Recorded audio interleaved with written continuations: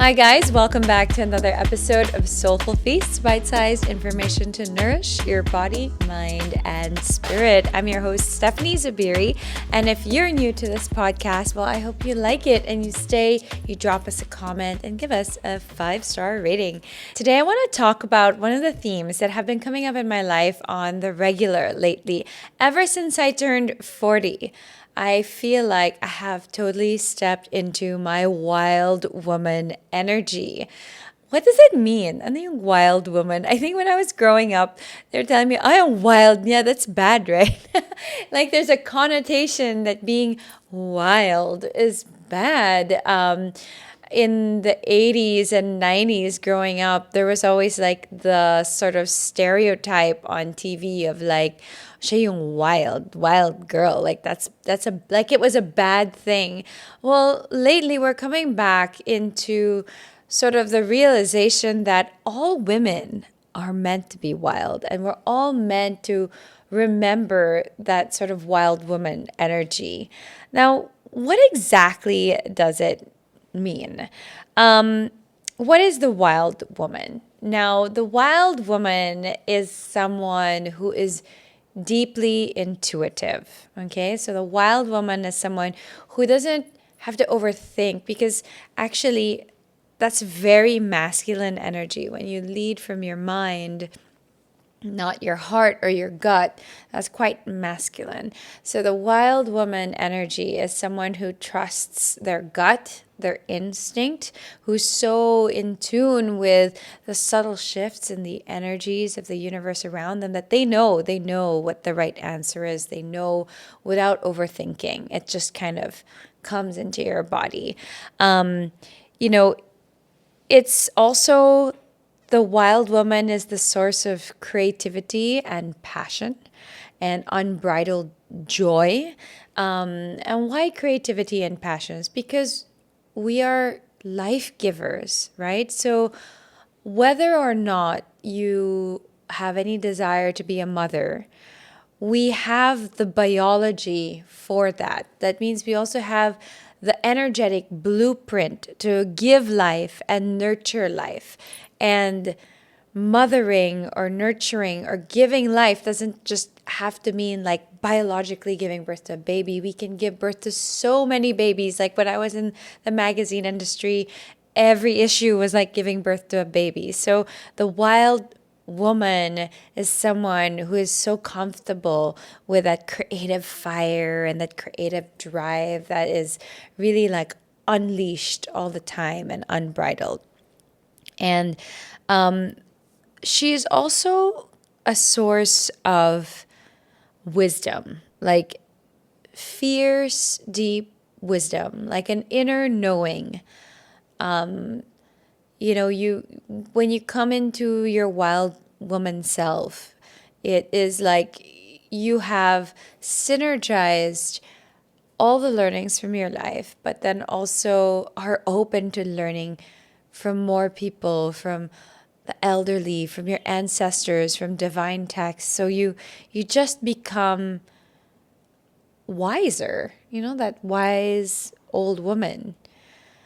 I used to be afraid of the witch in the woods, and now I joke that I actually want to be the witch in the woods. I don't want to be the Disney princess. I want to be the witch. Saya-saya ng life, with the fairies, with the butterflies and the birds and the woods, and that's kind of what's attractive to me now.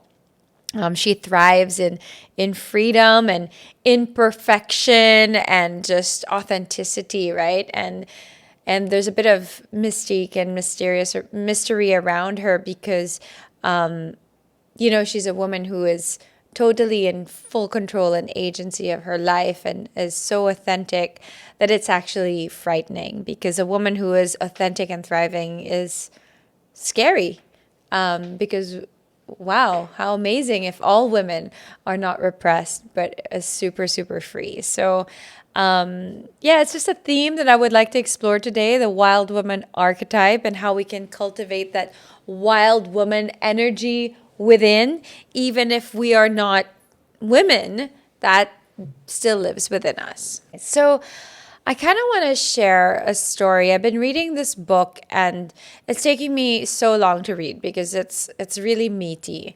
And she's a Jungian analyst and just all kinds of amazing intellectual epitome of wild woman, Clarissa Pinkola Estes. She wrote Women Who Run with the Wolves. And she shares this archetype called La Loba, or the wolf woman. And in Latin American cultures, La Loba is this like old hag crone figure that collects the bones of wolves in the desert and puts them all back together and brings them back to life. Her other nickname is La que sabe, the one who knows. And it's kind of a representation of the symbol of the power a woman has about, and the knowledge we have about life, death, and rebirth, being able to resurrect and bring lost parts of ourselves back together. She represents the kind of inner work that many people are afraid to do, of diving deep into the darkness, entering the fringes of life, and letting lost aspects of our psyche come together and bring them back to light. So when you think about who you were as a child, when you think about that sort of like joyfulness, you wear whatever you want, express yourself the way you want, you're running around free, you are like absolutely pure. And as you get older, society starts to put these notions on you and kind of starts to, tell you how it is you're supposed to act and how you're supposed to look and how you're supposed to dress. And then you start to believe it's right. And then one day you wake up and you're like me and you're like, F that. I'm just going to do whatever I want. And that's when you have this reclamation of your wild woman energy. And this wolf woman is almost a little scary because, she's kind of going around in the desert but she knows, and she's powerful, and she's happy in her aloneness and in her power and just straddling that life and death. And I've been thinking a lot about this because it's like, in order for me to become who I am today, some parts of me also had to die. That death is not a scary thing. When I do a lot of these oracle cards and the card death comes out, some people get scared, but it's really sometimes death of a narrative we were telling ourselves, death of past issues from our past lives, death of a version of ourselves that we no longer want to be. And then you resurrect, kind of like a phoenix from the fire. I think particularly in the Philippines, something that's maybe more relatable is if you look at No Limitang here and the Sisa versus Maria Clara. Now, obviously, there's a lot of dark elements to it as to why she went crazy. But when you just take it from like a broader perspective, you have this image of this perfection, which I think a lot of us Filipino women are taught to be. Like, we have to look a certain way, we have to dress a certain way, have a certain kind of modesty in our life, and a certain, rules that our end all be all is to be a mother and a wife. That those roles really define us, and that's the end goal. And we're not really seen as a woman. We're always seen as the daughter or a sister, wife or mother, right? Like, it's something that at least I grew up with, that was, what was fed to us. And there really needs to be this moment in time where you realize that you're not feeling yourself and you kind of have to wake up. And people are afraid of that. People are like, who are you and what is happening? And I knew exactly when that happened for me. it was during the pandemic, and I just sort of rediscovered the passionate, fiery self and started dancing and embracing my sensuality and my sexuality and really dressing sexier, wearing bold prints again, really feeling my body, wearing, just being free, feeling like free and dancing. And I would do these dances on, wala pang TikTok dances then. It was just like, I was just dancing on Instagram. And people were sending around these videos. And then I even got calls and comments from my brothers like, why are you dancing like that? Like, so sexy. And I was like, take it down. You should take it down. I'm like, why? Why does this bother you? And I think we have to realize that, like, it bothers society. It bothers men when women are so free. Not all men, okay? Men who are, like, insecure in their masculinity, I think. It bothers men to see women so free, because when they are so free, they cannot be controlled. They have full sovereignty. And it bothers other women to see other women so free, because they feel triggered that they're not free and they're holding themselves back. So it's really up to us to really dig deep and find that wild woman energy.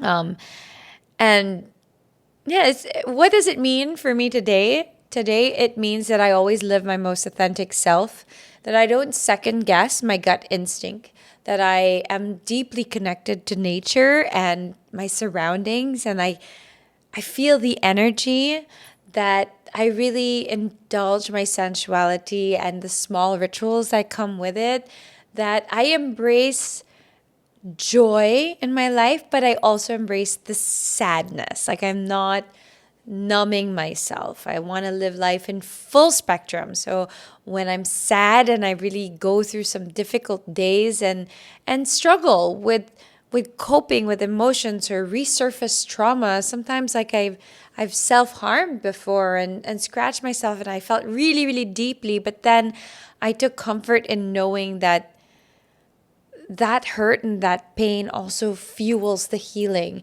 and fuels the joy and makes the joy even sweeter, right? So I really feel deeply. I also lean into the creativity, and I am going to take a moment here to announce that I wrote and composed a song that I've released on Spotify. So if you're listening to this, it's probably out already. So look it up. It's called Love in Parenthesis. Give it a like, add it to your playlists, and tell me what you think. And, the story of that was I just wanted to write a song for Scott's 50th birthday. And I took an old poem that I had, and then I was like, why not? I'm going to write a song. And called some of my friends, James Reed and Isa Pressman, who so kindly helped me out with it, and just leaned into the creative process. I never sing. I actually consider myself a really bad singer, and never allowed myself the freedom to be creative in the music space until this day. It's like, why not? Why shouldn't I try this? And it actually turned out okay. Let me know your thoughts. But it felt so good to do something creative with no desired output other than just bringing to life something new in this world. And I think that's what really embodies the wild woman energy for me today. It's like just being able to create and just throw it out there and then keep on creating and not care whether it's a success or not. It's just, let's just keep throwing stuff out there in the universe and keep adding value to this world that we live in. It's really exciting and it's great. And to just embrace myself wholly at all stages, at all times, and being so deeply in touch with myself and with my needs. So I wanted to take this podcast for you guys, kind of share as well with you some tips and ideas on how to connect with that wild woman energy if you're feeling a little bit tired and tapped out. And believe me, ladies, I know I have been there. And this is not just for the ladies. I know some men also listen to this podcast because there is that divine feminine energy that lives inside you as well. The masculine energy, which maybe we can talk about in another podcast, is basically what drives you forward, what pushes you. It's the outside energy. It's the energy that takes you out there and goes hunting and sets a goal and is determined and analyzes. And that's the masculine energy. It's the protector, the planner.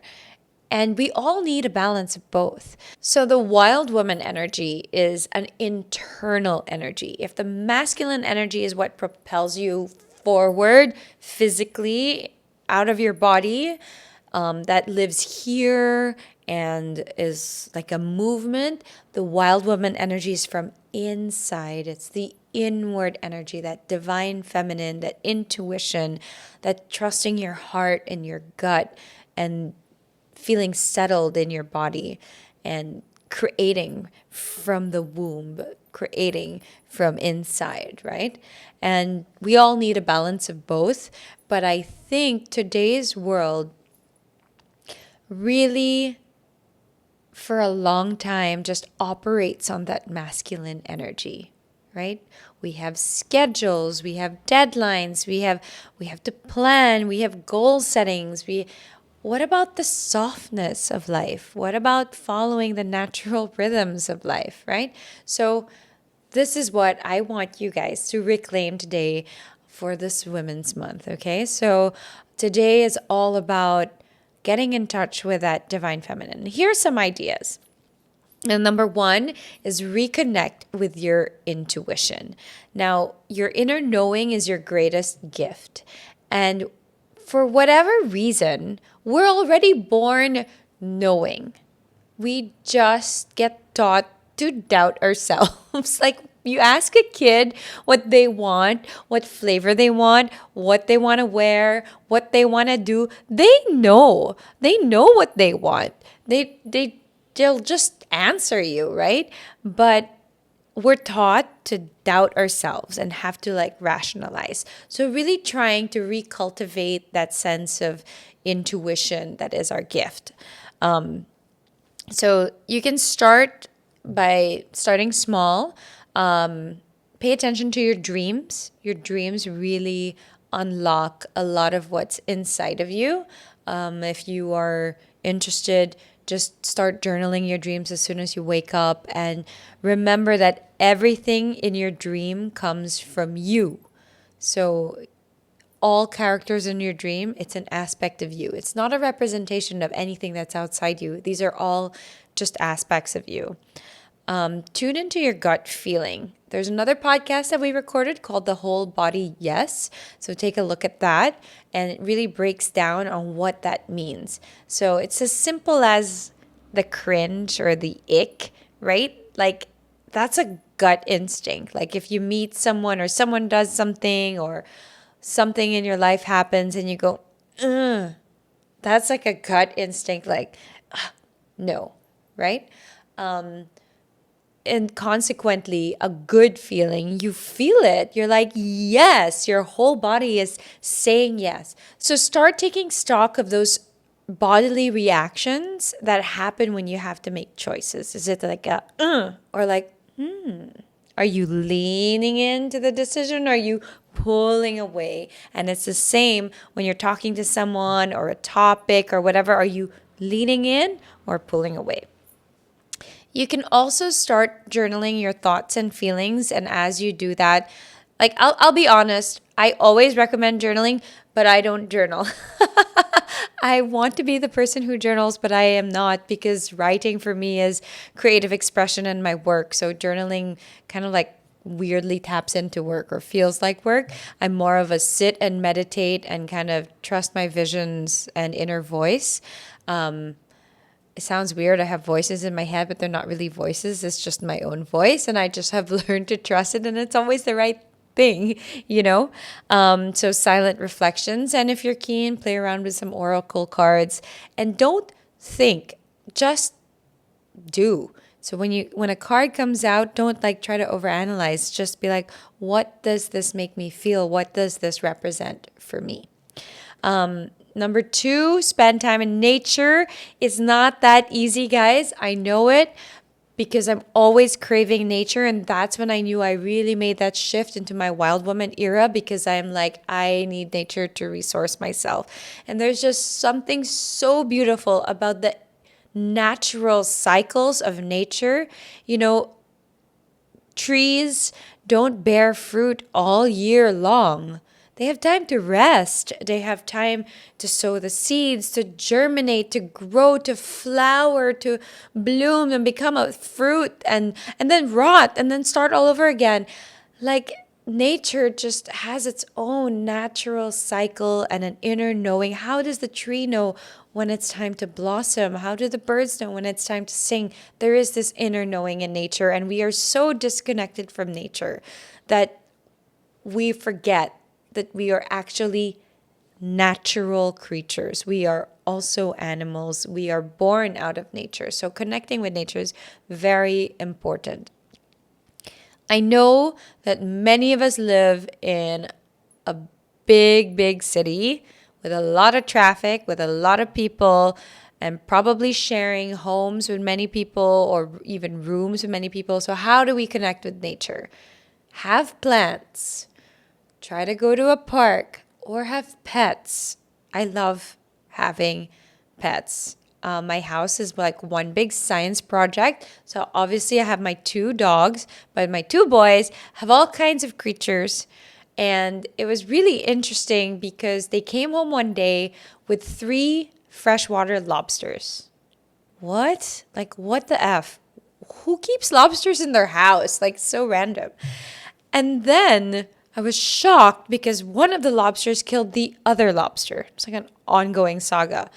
And then we're like, okay, what do we do now? And they're like, oh, my son was like, just leave the lobster there. They eat each other. I was like, that feels really gruesome, but okay. I mean, it's nature's cycle, life, death. We eat the remains, I guess.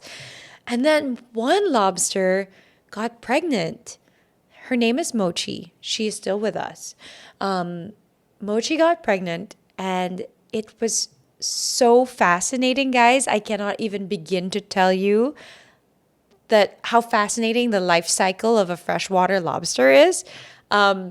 She had all these eggs that she was carrying. Then her whole attitude changed. Like, she curled up, was protective in the corner, protecting her eggs.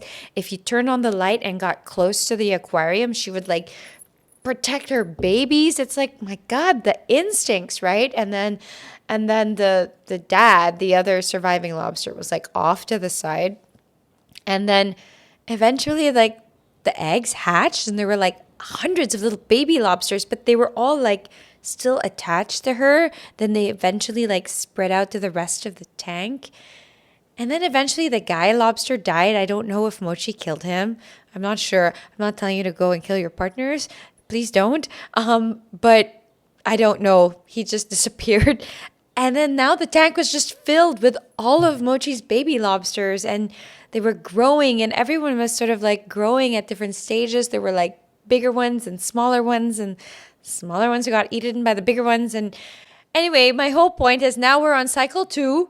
There's 7 lobsters in the tank. 2 are pregnant. Mochi's still pregnant. She is like the gal. She is like the wild woman lobster.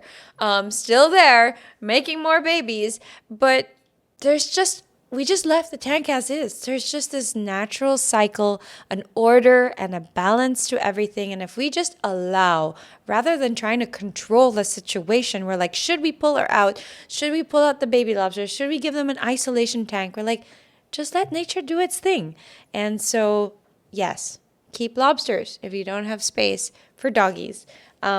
But have nature around you, because it's really quite fascinating to be reminded of when we let nature do its thing and we allow things to unfold as they are, it just all naturally comes into balance. It's incredible, and it's a great reminder for our lives. You can also observe the different cycles, like the moon cycles. Like for me, as a woman, my menstrual cycle is so in sync with the moon.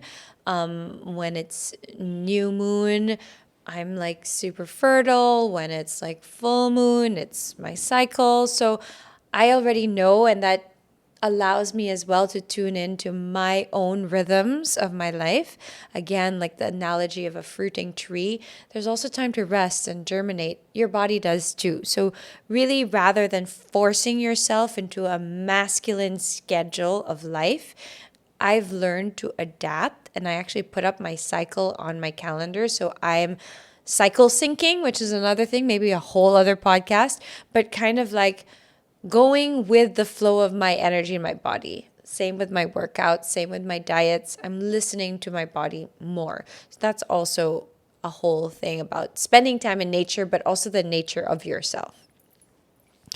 Embracing ritual and sacred play. Now, this is wildness is not about rebelling. We are taught that being wild is rebellion. It's actually about being joyful, like dancing, letting go, being free, letting your hair loose. Like, even like the idea of like Maria Clara's, like, di ba nakabanat in a super tight bun? It's like a proverbial like holding back of her personality and then letting go. Like the woman who's like letting go, she's either like Jezebel, like remember when they had to cut her hair and she lost all her power, Samson and Delilah? Terrible. We should let our hair down, let our wild nature come through. Just do, small things like lighting candles,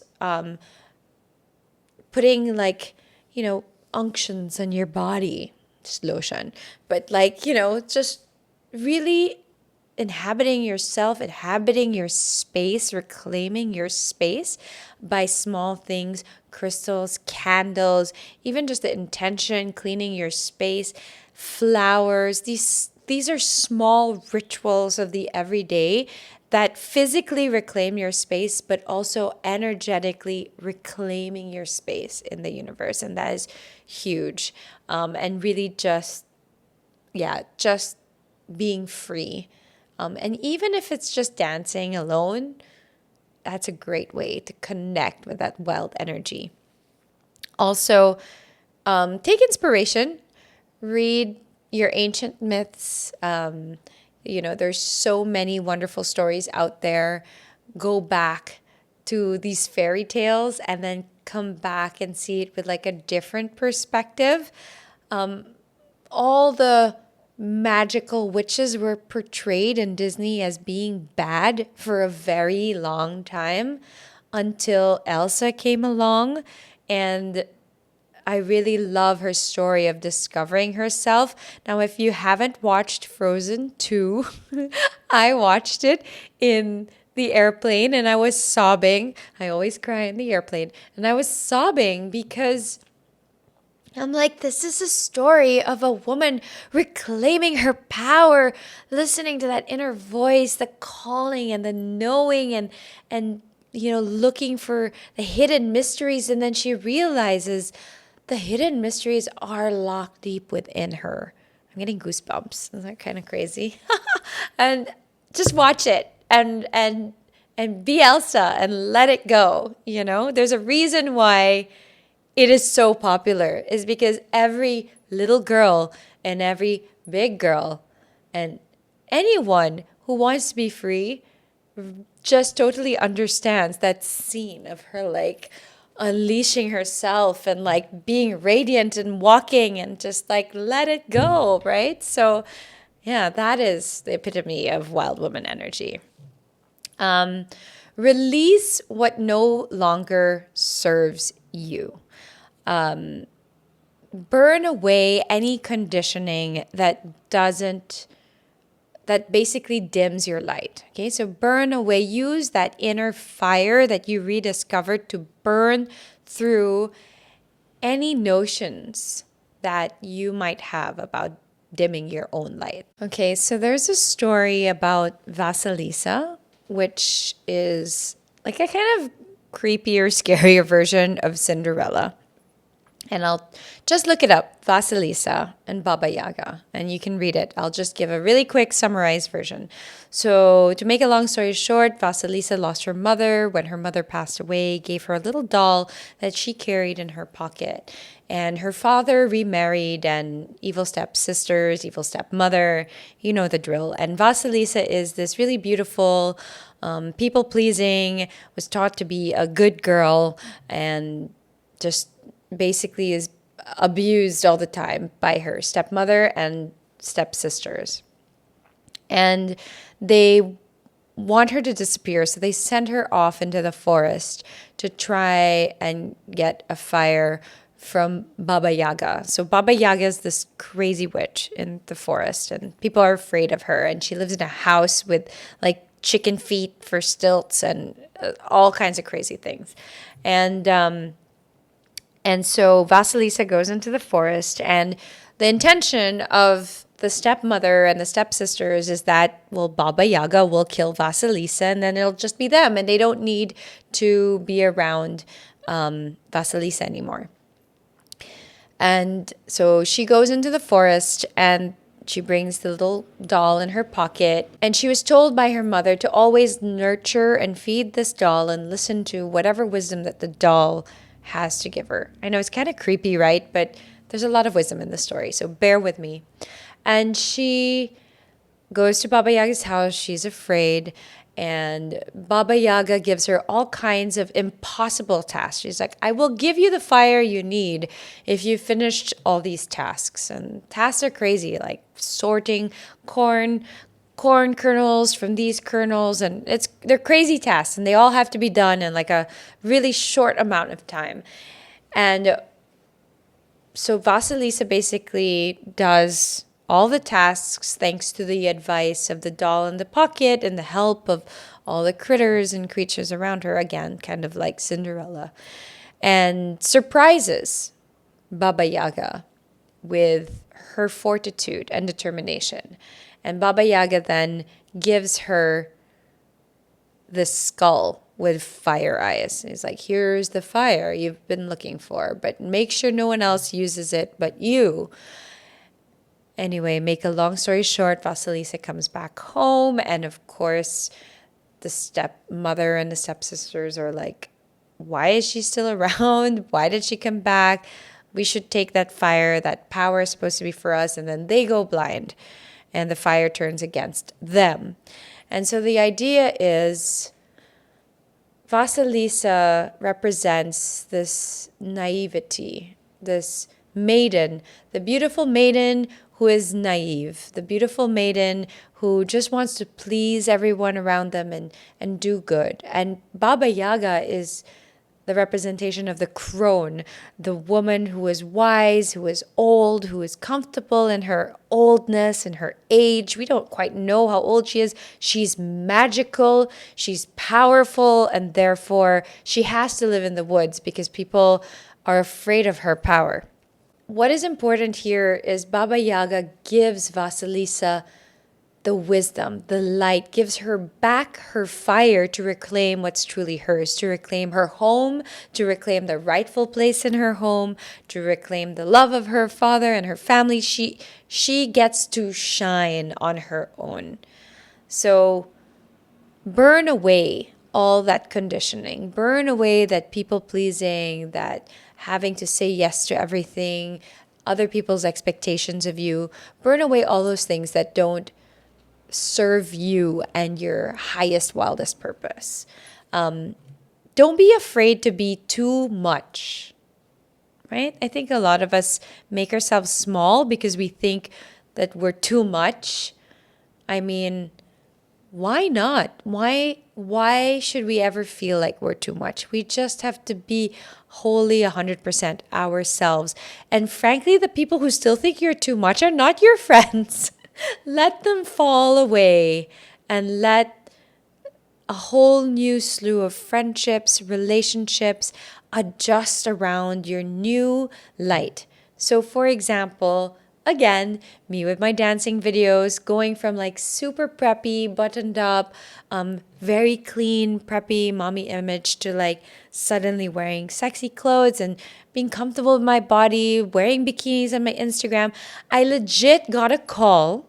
I won't say na who, but I got a call from someone in my life who wasn't even family. He was someone I respected, I cared for, that I worked closely with, and was like, your photo is too much. I'm just saying this as a friend, but I think you should take it down. And it's like, why are you so bothered by my cute, sexy butt? You know, I mean, at the end of the day, why? Why shouldn't I feel comfortable? And I was like, I said, you know what? Thank you for your concern. Basically noted with thanks is what I said. And I did not take it down. Eventually, over time, people readjusted to the new version of me, which is actually just really me, who I always was. And now my brothers, instead of telling me to take things down, they make fun of me like, ooh, where's your dancing videos? Like, they're used to it and they love me for it. And the people around me know me as that. And because I am not ashamed to be who I am, then therefore there is no shame cascaded to me. Does that make sense? I have reclaimed my power, I've reclaimed my fire, no one gets to dim my light. And because I have no shame, well, no shame is thrown at me, right? So take up space, be you. You are not too much. And lastly, again, express yourself freely. So sing, dance, create, write. Like a big goal of mine this year, big intention was really to find new avenues of expression that wasn't just my podcast or writing. I wanted to do other things. And here I am writing songs with people, and it's amazing and it feels so fun. And who knows what else that's going to lead to. I just want to enjoy and express myself and embrace imperfection. And I think this is why I'm so happy with what I'm doing, is because I don't care if it's not perfect. I just care if it's real and authentic. So I don't care if my song is going to do well or not. I just really enjoyed the process. I don't care if this podcast is super polished or not. I'm just here to express myself in the most real possible way. And whoever needs to hear the message, I trust will hear the message. So really embrace that imperfection, because perfection is a notion that is imposed upon us women. Our natural state is to be unbridled and wild and free, and that comes with imperfections.